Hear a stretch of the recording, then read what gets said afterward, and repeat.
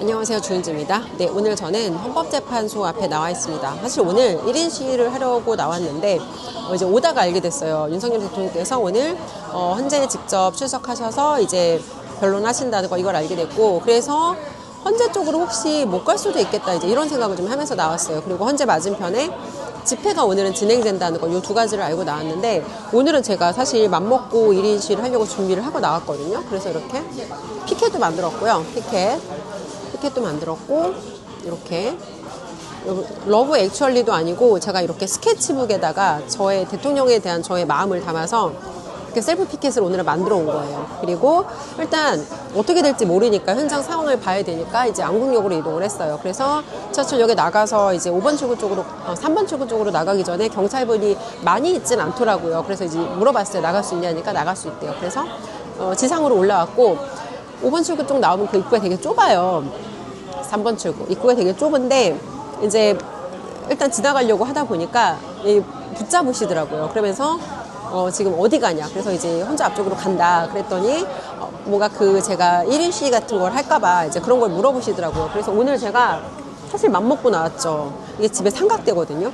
얘가 비바람이 불어도 끄떡이 없는 되게 튼튼한 애예요. 그래서 오늘은 삼각대 세우고, 왜냐면 삼각대가 없으면 손이 자유롭지를 못해요. 그래서 이제 이거 제가 만든 피켓을 들고 삼각대 세우고 라이브 하면서 오늘은 제대로 이제 1인 시위를 해야겠다 이제 맘먹고 나왔는데, 이 삼각대가 사실은 눈에 띄인 거죠. 그래서 이제 그쪽으로 가는 거에 대해서 가서는 시위를 하면 안 된다. 물어봤어요. 왜 안 되냐 그랬더니 대통령이 계시는 100m 이내에서는 뭐 그런 집회 시위 같은 걸 하면 안 된대요. 이게 대통령 경호처 법이래요. 그래서 제가 그러면 내가 그 지나가는 것도 안 되냐 그랬더니 지나가는 거는 되는데, 이게 참 애매해요, 여러분. 지나가는 건 되는데 그 앞에 서 있는 거 안 되고요. 그리고 피켓 드는 거 안 되고요. 그리고 구호를 외치는 게 안 돼요. 그러면 오케이. 그럼 내가 그 앞에 가서 말도 안 하고 피켓도 안 들고 가만히 서 있겠다. 헌재 건물을 내가 바라보면서 가만히 서 있기만 하겠다. 저 여러분 상상해 보세요. 헌재 앞에 어떤 여자가 가서 서 있는 거예요. 근데 그 여자가 거기 왜 서 있는지 알 수가 없어. 왜냐면 손에 뭘 든 것도 아니고 뭔가 말을 하는 것도 아니고 그냥 이 추운 날, 아까 눈도 엄청 내렸거든요. 이 눈이 내리는 이 추운 날 길바닥에 어떤 여자가 서서 가만히 헌재 건물을 바라보면서 서 있어요. 여러분들 혹시 길에서 이런 여자를 만나면 저 여자가 무슨 목적과 의도를 가지고 저기 왜 저렇게 서 있는 거지? 그 여자의 목적과 의도를 추측할 수 있으세요? 이거 전혀 추측이 안 되잖아요. 아니, 말을 안 하고 손에 사인을 안 들었는데 거기 내가 무슨 의도로 서 있는지 어떻게 알아요? 근데 말을 안 하겠다, 이 피켓도 안 들겠다, 그냥 서 있기만 하겠다라고 하는데도 그쪽으로 들어가는 거에 대해서 계속해서 약간 저지를 하는 거예요. 그래서 이해가 안 되는 게, 아니 가서 내가 입으로 발언하지 않고 피켓을 들지 않으면 무슨 목적과 무슨 의도로 서 있다는 걸 어떻게 아냐는 거예요. 근데 그럼에도 불구하고 계속해서 안 된다라고 계속해서 반대를 하니까 이제 옆에 서 있던 어떤 남성분께서 이제 어떤 그런 국민의 권리를 너무 막는 거 아니냐. 사실 저한테 물어보더라고요. 이 사람하고 아는 사람이냐. 근데 사실 저는 그 남성분을 그냥 처음 봤거든요. 저는 이분이 사실 경찰인 줄 알았어요. 왜냐면 경찰분이 이쪽에 쭉 서 있고 저랑 얘기가 길어지다 보니까 사람이 처음엔 1대1로 시작했는데 사람이 한 명 한 명 자꾸 이렇게 경찰분들이 추가되는 거예요. 그러니까 제가 혼자 약간 여기 서 있고 경찰분들이 쭉 저를 이렇게 약간 둘러싸는 이런 모습이 된 거죠. 한 몇 분이. 그러니까 이분이 지켜보시다가 이제 사람 하나를 세워놓고 너무 경찰이 여러 명이 얘기를 하는 것 같으니까 이제 약간 뭔가 지원을 해주러 오신 것 같다는 그런 느낌이 들었어요. 그래서 이분께서 너무 과도하게 지금 이제 이 사람을 너무 막아서는 거 아니냐. 그래서 이제 저한테 아는 사람이냐 물어봐서 아니다, 나는 모른다. 난 경찰인 줄 알았다. 그랬더니 이제 이분이 본인의 의견을 내시면서 막 이제 티카타카가 된 거예요. 근데 결론적으로 어떤 약간 솔루션을 줬냐면 저한테 그럼 지나가래요. 근데 당신이 끝까지 지나가는지 우리가 확인해 봐야겠으니까 저한테 경찰을 한 명 붙인다는 거예요. 그래서 어떤 젊은 경찰분 한 분을 저한테 붙여서 제가 지나갈 때까지 따라가서 얘가 과연 멈추지 않고 지나가는지를 확인하려는 거예요. 아니 근데 여러분 아까 너무 황당한 게, 물론 그 말을 되게 뭐 나쁘게 막 되게 뭐라고 할까 막 그렇게 뭔가 이렇게 경찰이 위력을 행사하는 것처럼 그렇게 하진 않았어요. 말의 어떤 그런 톤 앤 매너가 나쁘진 않았는데, 여러분 내용 자체가 사실 너무 웃기잖아요. 내용이 너무 웃기고 말도 안 하고 피켓을 안 들고 그냥 가만히 내가 쳐다보기만 하고 서 있겠다는데 그것조차 못하게 막아서는데, 아까 제가 무슨 생각이 들었냐면 그 앞에서 진짜 한참 질갱이를 한 거예요. 그리고 이제 다행히 이 지원해 주시러 들어오신 이 어떤 남성분 덕분에 그분들이 대화를 하는 사이에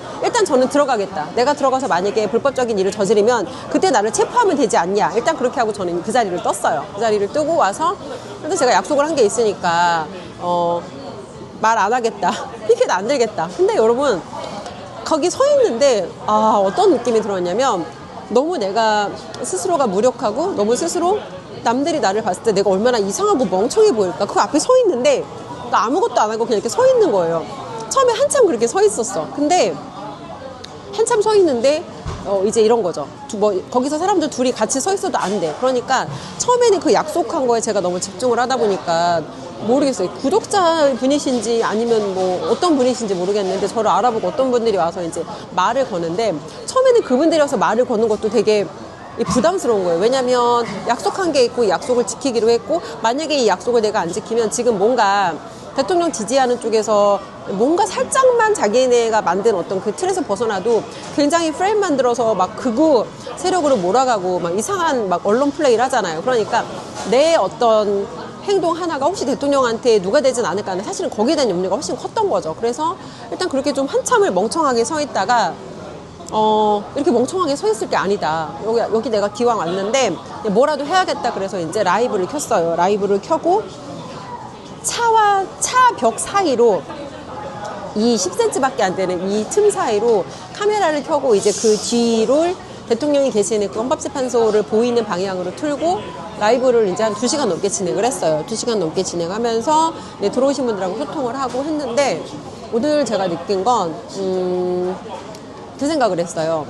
만약에 윤석열 대통령이 아니라 다른 누군가가 헌재에 출석을 했고 그리고 내가 만약에 윤석열 대통령을 지지하는 어떤 그런 입장이 아니라 해도 과연 오늘 제가 그렇게 헌재 쪽으로 들어갈 때 저지를 받은 것처럼 과연 그렇게까지 저지했을까? 여기에 대한 의문이 하나 들었고요. 또 두 번째는 우리가 누군가를 돕고 싶은 어떤 순간들이 있어요. 근데 사람이 내가 마음은 돕고 싶은데 내가 할 수 있는 일이 없다라는 생각이 들 때 참 스스로가 되게 무력하다는 생각이 들었어. 참 내가 할 수 있는 일이 없구나. 이거 내 능력 밖의 일이고 내가 아무것도 못하는 내가 참 스스로한테 화가 나더라고요. 그래서 어떤 생각을 했냐면 지금은 우리가 대통령께서 어떤 목적과 의도를 가지고 비상계엄을 했고 왜 우리가 대통령께서 그런 계엄령을 하실 수밖에 없었는지를 다 이제는 알잖아요. 근데 대통령이 지금 겪고 있는 지금처럼 부당한 상황들 처음부터 대통령이 지금 헌재에 출석해서 뭐 재판 진행하시는 것도 이게 사실은 굉장히 공정하게 진행이 된다라고 여기에 대해 신뢰가 없어요. 얼마 전에 국민들의 설문조사 결과가 나왔는데 헌재에 대한 신뢰도가 신뢰한다보다 신뢰하지 않는다의 여론이 훨씬 많은 거죠. 그래서 어떻게 생각하면 지금 우리가 정말 이 위기에 빠진 대한민국을 바로잡을 수 있는 진짜 마지막 기회다. 그리고 대통령께서 내려주신 그 어려운 결정이 너무 감사하기도 하고 너무 죄송하기도 했어요. 라이브 마지막에 대통령이 이제 헌재에서 나와서 구치소로 돌아가셨는지 왜냐면 갑자기 차들이 막 철수하더라고요. 경찰들도 철수를 하고. 그래서 이제 대통령이 지금 혹시 돌아가셨나 막 그런 얘기를 하는데 이제 구치소라는 곳의 환경에 대해서 진짜 한번 생각을 해본 거예요. 근데 구치소가 바닥에 판넬 같은 거래요. 그리고 일단 우리가 지금 집에서 누리고 사는 그런 기본적인 어떤 편리성이 있잖아요. 그러니까 그게 완전히 차단된 곳이 그 구치소라는 환경이고 대통령께서는 그 구치소라는 곳에 들어가시기 전에 한나라의 대통령으로 정말 어떻게 보면 굉장히 많은 것들을 누리고 사셨던 분인데 본인이 겪게 되실 그 가시밭 길에 대해서 과연 모르셨을까? 본인이 가져가야 될 최악의 리스크에 대해서 과연 생각을 안 하셨을까? 그러면 오늘 겪고 계신 이 모든 것들이 대통령의 시나리오에 플랜 A와 플랜 B와 플랜 C가 있다고 하면 그 안에 들어있던 내용일 거예요. 그런데 과연 이렇게까지 자기가 겪게 되실 일을 다 알면서 그 결단을 할 수밖에 없었던 대통령 마음은 어떤 거였을까 생각하니까 너무 안타까웠고 너무 죄송했어요. 그리고 오늘 이제 이 헌재 앞으로 나오는 길에 대통령께서 미국의 그 바이든 대통령이랑 함께 그때 초청됐을 때 대통령께서 부른 아메리칸 파이인가 그 노래가 굉장히 이제 굉장히 그게 회자되더라고요. 그래서 그 영상이 이제 알고리즘으로 추천을 해줘서 봤는데 노래를 제안하고 이제 윤석열 대통령이 가장 좋아하는 노래가 이거라고 하니 한번 해보시면 어떻겠냐고 하니까 이제 흔쾌히 그 제안을 받아서 피아노 반주에 맞춰서 노래를 부르시는 대통령을 보면서 윤석열 대통령은 대통령 윤석열로도 굉장히 훌륭한 분이지만 인간 윤석열로도 정말 인간답고 참 멋있는 분이다. 그래서 대한민국의 윤석열 보유국이라는 표현을 써도 정말 좋을 만큼 윤석열 보유국을 우리가 자랑스럽게 생각할 수 있을 만큼 참 우리가 앞으로 살아가는 세월 동안 다시 만나기 어려운, 다시 만날 수 없는 정말 귀한 분이다. 그리고 이승만 대통령, 박정희 대통령을 이어서 대한민국의 제2의 건국을 시작하고 완성할 수 있는 정말 신뢰할 수 있는 그리고 너무너무 감사한 분이다. 사실 그런 생각을 했습니다. 그리고 저희가 지금은 사실 할 수 있는 게 많지 않아요. 그래서 우리가 할 수 있는 게 그럼 뭘까? 일단 가장 중요한 거 지금은 여러분 여론조사 결과가 계속 조금씩 올라가고 있잖아요. 대통령이 지금 직무 정지됐고 그리고 탄핵 소추안이 가결돼서 지금 구속이 되어서 심지어 지금 재판을 받고 있는데 재판이 진행 중인데 그럼에도 불구하고 대통령 지지율이 50%가 넘어갔고 플러스 더 많은 사람들 사실 정치에 관심 없고 무관심자였고 심지어 민주당 지지자였던 사람들마저도 계속해서 지금 엄청나게 돌아서고 있거든요. 사실 현장에 나와보지 않으면 집에서 방구석에서 뭐 JTBC, MBC 아니면 불러주는 그런 어떤 조중동 언론들만 보는 사람들은 사람들의 마음이 어떻게 바뀌고 있구나 이 진짜 민심을 알지를 못해요. 그래서 국민들이 계속해서 깨어나고 정치에 무관심하던 국민들이 이제 우리나라가 어떻게 돌아가고 있구나 얼마나 지금 위기 상황이구나를 깨달은 만큼 깨달았기 때문에 지금 우리는 다시 바로잡을 수 있는 기회가 있다고 생각하고 정말 그 어려운 결정을 할 수밖에 없었고 그 어려운 결정을 해주셨던 대통령께 다시 한번 감사하다는 말씀을 드리면서 이번 주 토요일 여러분 되게 중요합니다. 이번 주 토요일 되게 중요하고 일단 저는 지금 저희가 할 수 있는 가장 확실한 거 한 가지는 보여주는 것밖에 없다고 생각해요. 정말 대통령 지지율이 60%를 넘어서서 정말 대통령이 비상계엄이라는 걸 선포했는데 그럼에도 불구하고 왜 계속 국민들의 지지율이 높아지는지 도저히 납득 가능하지 않은 이 이상한 상황에 전 국민이 다 의문을 가지고 다 깨어날 수 있는 그때까지 우리가 광장에 나가서 목소리를 내고 대통령께 힘을 실어드리고 단결을 해야 된다고 생각합니다. 그리고 이제 여러 가지 뭐 집회 나가는 장소라든지 이런 거로 의견이 되게 분분한데 일단 지방에 있는 분들이 서울에 한 번에 다 올라오는 건 현실적으로 저는 좀 쉽지 않다고 생각해요. 하지만 그럼에도 불구하고 제가 가장 중요하게 생각하는 장소 1번은 광화문입니다. 광화문에서 전체 우리가 모여서 이제 큰 그림을 보여줘야 되는 게 저는 되게 중요하다고 생각하고요. 이번 주는 저는 광화문으로 나가지 않아요.